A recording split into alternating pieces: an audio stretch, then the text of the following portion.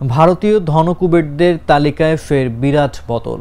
Asia তথা ভারতের ধনীতম ব্যক্তির সিংহাসন থেকে পিছলে পড়লেন মুকেশ আম্বানি। তার জায়গায় স্থান হয়েছে গৌতম আদানির।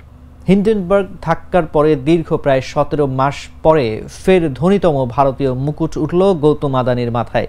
$111 বিলিয়ন সম্পত্তি নিয়ে গৌতম আদানি এখন ভারত তথা এশিয়ার শীর্ষ ধনী ব্যক্তি। ব্লুমবার্গ বিলিয়নিয়ার্সের ইন্ডেক্সের তথ্য অনুযায়ী গত 24 ঘন্টাতে বিপুল পরিমাণে সম্পত্তি বাড়ায় ধনী তালিকায় শীর্ষে উঠে এসেছেন আদানি। গত 24 ঘন্টায় তার সম্পত্তি $5 বিলিয়ন বেশি বৃদ্ধি পেয়েছে, যেখানে একই সময়ে মুকেশ আম্বানির সম্পত্তি মাত্র 76.2 বিলিয়ন বৃদ্ধি পেয়েছে।